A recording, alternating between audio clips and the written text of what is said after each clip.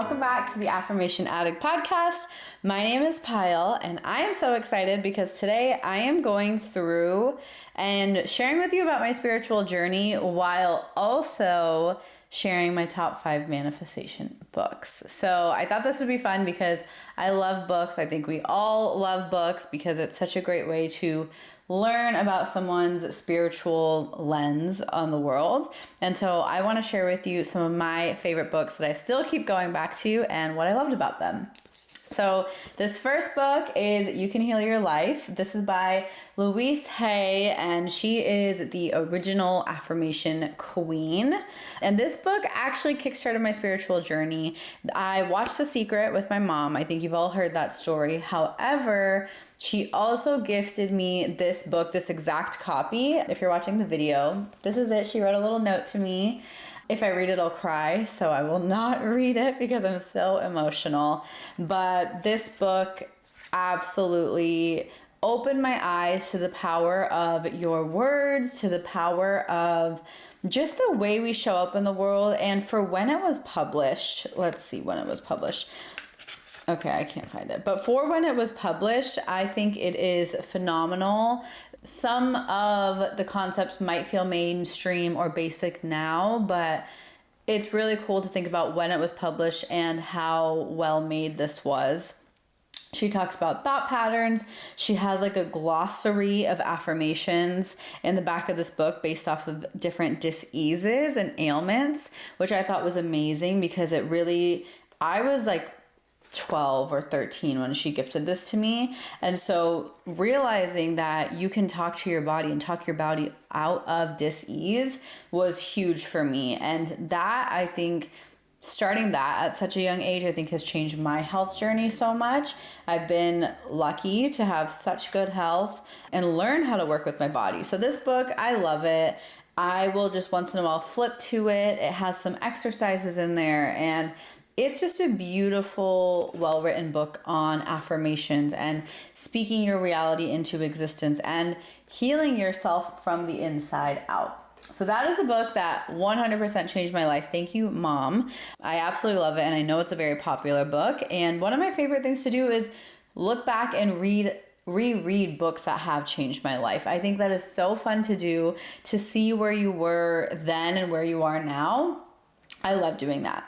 This next book I stumbled across, I believe now it is very popular, but it's called Untethered Soul by Michael A. Singer. And this book, I think if I read it at the age when I was like 15, 16, I don't think I would have gotten it. I read this book actually recently, maybe 2 years ago, and I feel like he dives into inner peace and freedom and just reflecting on your place in the world. And almost for me, reading this book made it feel like my worries are useless and irrelevant, but in the best way. It felt so peaceful, I think is the best way. I think the book cover shows peacefulness, and it just felt like I really understood what freedom of who I was meant and how that felt. I feel like I was able to understand that like all of these shackles and limits and constraints that I'm putting on myself are not for anybody except everybody else. They're not for me. And so learning how to expand my consciousness and my personality, I think this book allowed me to challenge a lot of like the surface level spirituality and dive deep into spirituality. Because when it comes to manifestation, there's so many lenses. There are people who will show you the luxurious life. There are people who will show you the homestead life. There are people who will show you normal life. There's so many lenses and ways manifestation is taught to you. And I think spirituality goes deeper than all of that. It goes past the material world and into your own self. So this book, I feel like, was a really great explanation of that for me. And I love it. And he also has a second book that I read. I think it's called Living Untethered. So highly recommend this book. I love it. This book is very popular. I'm sharing basically all of the classic books, but they changed my life for a reason and they're classics for a reason. So I wanted to take you a little bit on the behind the scenes of my spiritual journey and just different lenses of it. Next book is The Power of Now. This is by Eckhart Tolle, and I received this book received or bought. I think I bought this actually. I bought this book early in my business journey. I also always say that starting your own business is one of the most spiritual experiences of your life because it makes you question everything. And I bought this early on and I couldn't finish it. I was not able to read it. It was one of those books that I knew everybody recommended, but I just couldn't finish it. And I was really hard on myself because I was like, this is supposed to be a great book, but I just couldn't get through it. And then I picked it up, I would say a few years later, and I really thought it was a beautiful way of understanding what the present moment is. It's very like highly written, like high level, high vibrational, kind of eloquently written. It didn't feel like simple writing, I think is the best way. And so maybe that's why I didn't like it the first time I read it. However, understanding later on in my journey what Eckhart Tolle is trying to say, I finally was able to wrap my head around it, and I finally was able to live it and embody it and experience it, because in concept the power of now is brilliant. However, getting through the book took a lot of time for me, and when I finally did get through it, I really enjoyed it. It's not my favorite structure. I'm a shorter chapter kind of girl. I love shorter chapters, but he talks about very complex concepts like the meaning of surrender and the power of presence and the inner body and dropping your ego and how to get into the now. So I do think this is a great book if you are working on presence, but it for me felt overly spiritual, but I'm curious if I read it now how I would like it. So that is my honest thoughts. It's still such a powerful book, obviously.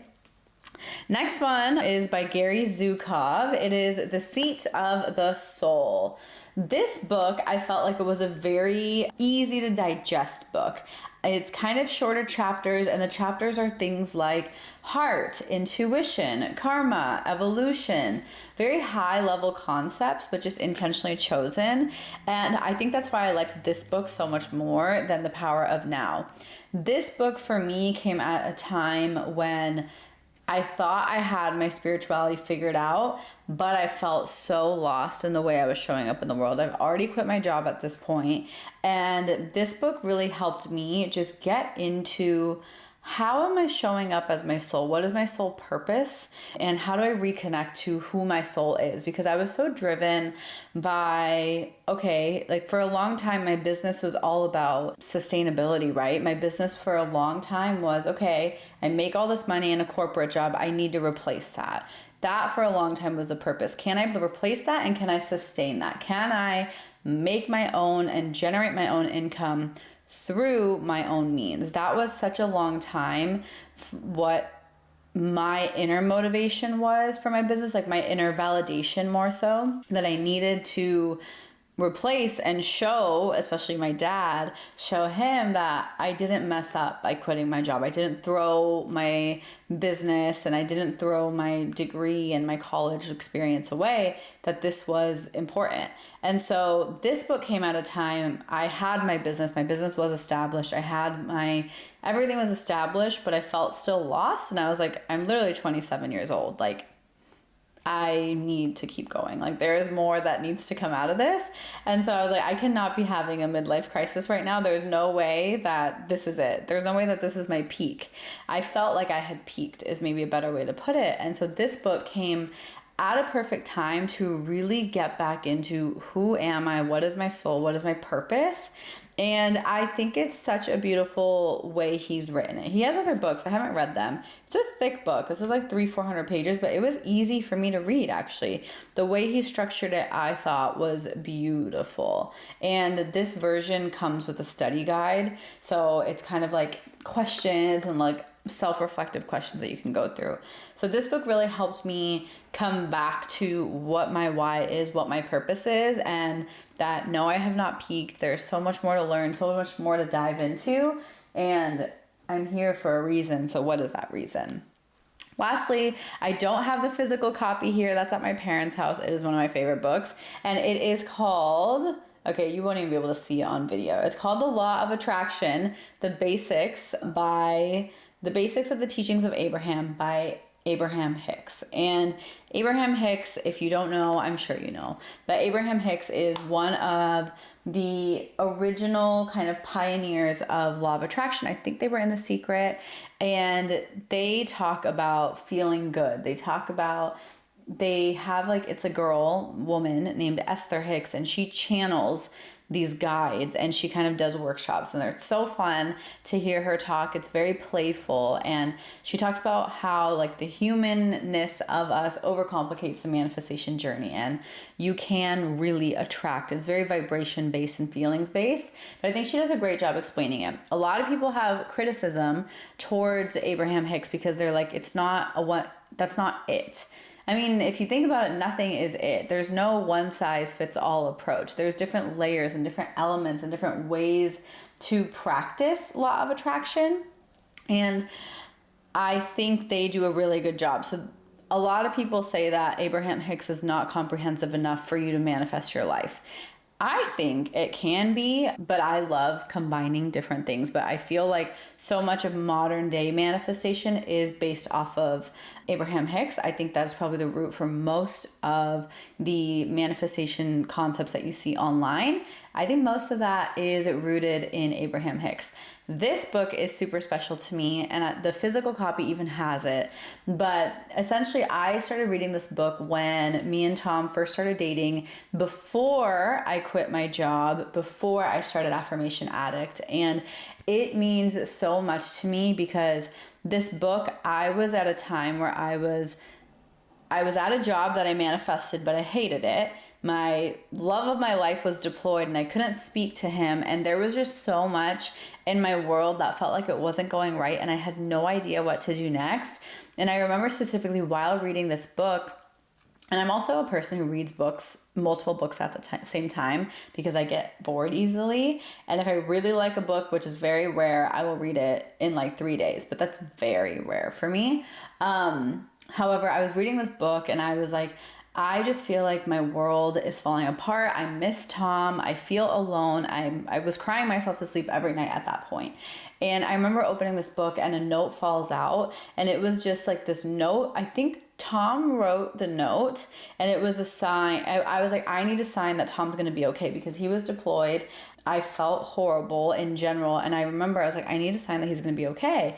And we barely spent any time together before he went on this deployment.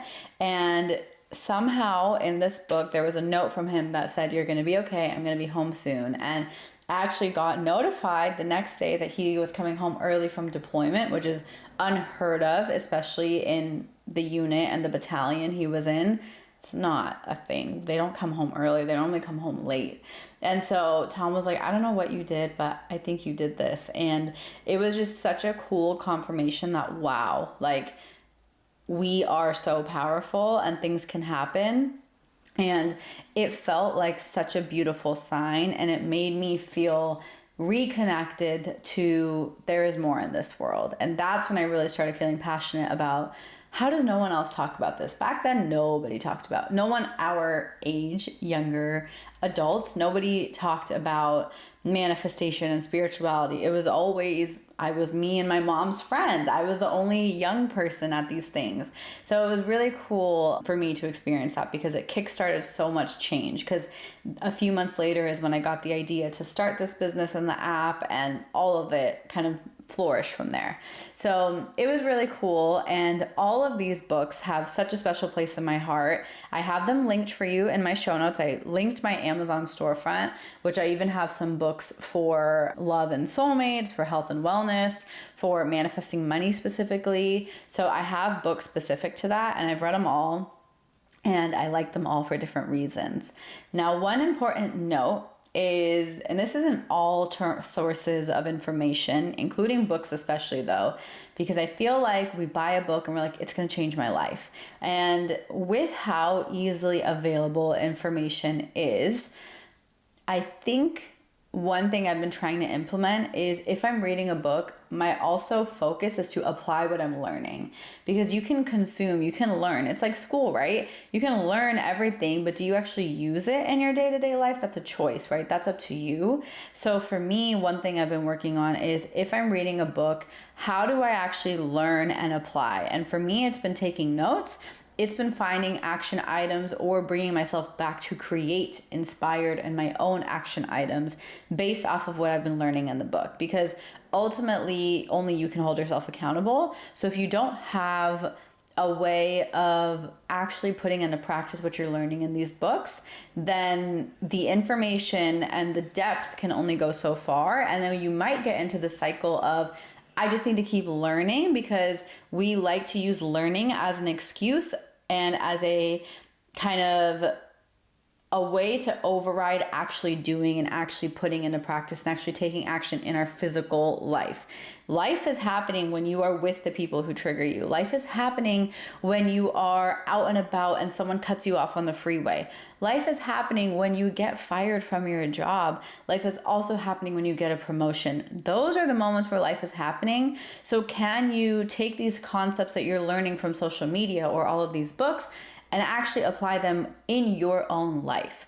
Because life is a collection of experiences, and when you are actually starting to live that life and live that life through these spiritual teachings is when you're starting to live that lifestyle. But if you just consume and don't apply, you might actually just be using consumption as your excuse of taking action. You might be using reading a book as a way of actually practicing your spirituality, when in reality, that doesn't count. That is one layer of it.